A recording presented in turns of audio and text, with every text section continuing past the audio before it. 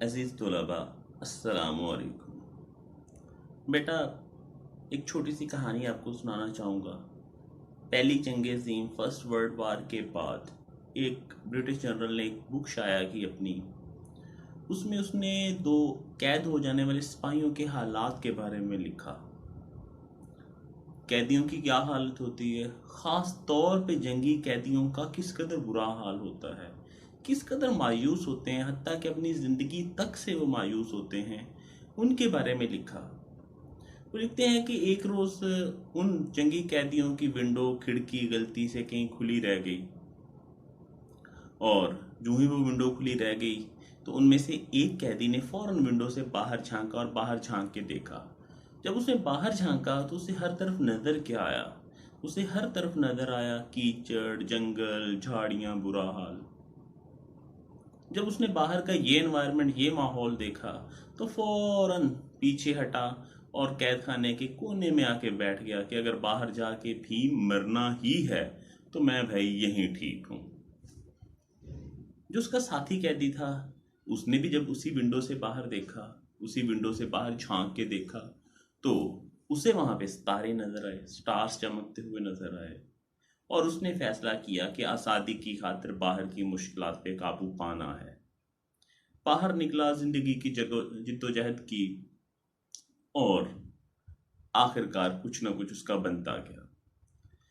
यकीनन आप बेटा समझ गए होंगे, वो जो दूसरा कैदी वही जनरल था जिसने वो किताब लिखी थी, जो तरक्की करते करते सिपाही के ओहदे से चलता चलता और एक जनरल के ओहदे तक पहुंच गया।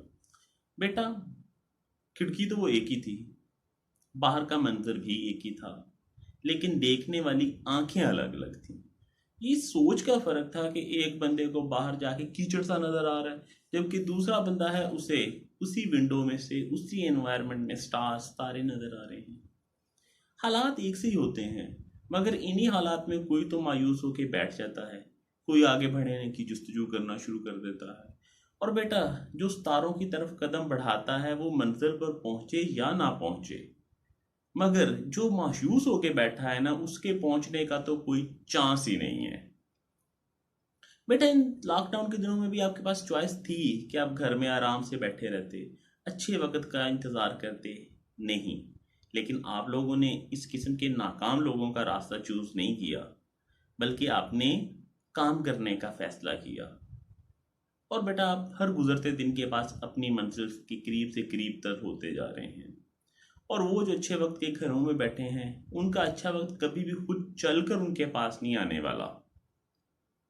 हाँ, बल्कि मैं तो ये कहना चाहूँगा कि इन दिनों आप लोग पहले की निस्बत भी ज़्यादा बेहतर तौर पे तैयारी कर सकते हैं, क्योंकि बेटा, जो बच्चे पढ़ना चाह रहे हैं ना, नॉर्मल हालात की निस्बत इन दिनों में उनके पास उससे भी ज़्यादा टाइम है। कहीं आना जाना है नहीं, ना किसी ने आपके पास आना जाना है। घर में अगर फारग ही बैठे हैं तो क्यों ना इसको मुफीद काम में इस्तेमाल कर लिया जाए। और ख़ास तौर पे जो बच्चे इन दिनों बगैर किसी सख्ती के घरों में पढ़े जा रहे हैं, अपनी असाइनमेंट्स तैयार किए जा रहे हैं, वो अपनी मंजिल पर ना पहुंचे। मेरा मानना है कि ऐसा मुमकिन नहीं है। उनकी मंजिल, उनका टारगेट बाहर सूरत उन्हें हासिल होकर रहेगा। बहरहाल बेटा, आपको पहले भी एक आध बार तवज्जो दिलाई है कि ये जो ऑनलाइन क्लासेस हैं, ऑनलाइन लेक्चर्स हैं, ये आपके लिए ज़्यादा मुफीद साबित हो सकते हैं आम क्लासेस की भी निस्बत। लेकिन किस तरह से? अगर आप चाहें तो, अगर आप कोशिश करें तो। देखिए बेटा, आपको पहले भी समझाया था कि आम क्लासेस में टीचर्स लेक्चर दे के चले गए, 4-5 घंटे बाद आपको कुछ चीज़ें भूल गई, कुछ जहन में रह गई। लेकिन इसमें तो ऐसा नहीं है। आपने एक लेक्चर सुना, उसे अच्छे से समझा, प्रिपेयर किया, याद किया, लिखा, उसके बाद दूसरे की बारी आ गई, उसके बाद नेक्स्ट तीसरे की बारी, उसके बाद चौथे की बारी। साथ ही साथ बेटा, आम क्लासेस की निस्बत यहाँ पे आपको दूसरा जो हासिल है, आम क्लासेस में आपका हर रोज का सबक लिख लिख के चेक नहीं हो रहा होता। यहाँ पे क्या हो रहा है, हर रोज का तमाम सबक आप लिख लिख के जमा करवाएंगे, और यकीनी सी बात है, छोटी सी गलती रहने का भी चांस नहीं है। लेकिन ये सब होगा किनके साथ? ये सब होगा उनके साथ जो अपना रूटीन का काम रूटीन में कर रहे हैं। तो बेटा, पहली बात तो ये कि आप सभी के सभी बच्चे हर रोज़ का हर रोज़ लेसन व्हाट्सएप ज़रूर किया करें, ताकि आपकी एक रूटीन बनी रहे, एक ट्रेंड बना रहे। अब आपको रोल नंबर्स भी इशू हो गए हैं, तो इंशाल्लाह इस मंडे से ना आप लोगों का डेली बेस पे अटेंडेंस सिस्टम भी होगा कि जिसमें जो बच्चे अपना लेसन सबमिट करेंगे उनकी अटेंडेंस हम हर रोज़ के लिहाज से मार्क करते जाएंगे। साथ ही साथ इन रिटन फॉर्म में जमा करवाना उससे भी ज़्यादा ज़रूरी है। बेटा आप भी समझ सकते हैं, पिक्चर्स में हम पढ़ते हैं, कोई मेन गलती हो तो बता भी दी, लेकिन आप भी समझते हैं कि पिक्चर में हमने कोई छोटी मोटी मिस्टेक की, उसके नीचे हम कैसे लाइनें लगा लगा के सही इस्लाह कर सकें। तो यकीनन जब आप हार्ड फॉर्म में पेपर्स पे जमा करवाते हैं तो हम उसे ज़्यादा ध्यान से, ज़्यादा गौर से पढ़ते हैं, और पढ़ने के बाद उसमें जो भी गलतियां हैं उनकी निशानदेही की जाती है। अच्छा, इसके अलावा ये बात आप जहन में रखा करें कि जब ये आपकी गलतियां बताई जा रही होती हैं, चाहे मोबाइल्स में या चाहे बाद में रिकॉर्डिंग फॉर्म में, या जो आपने बाद में हार्ड कॉपी जमा करवाई उसमें, तो बेटा ये मकसद आप लोगों की गलतियां निकालना नहीं होता, बल्कि मकसद आप लोगों की इस्लाह, बेहतरी करना होता है, ताकि कहीं ऐसा ना हो कि कोई गलती रह जाए।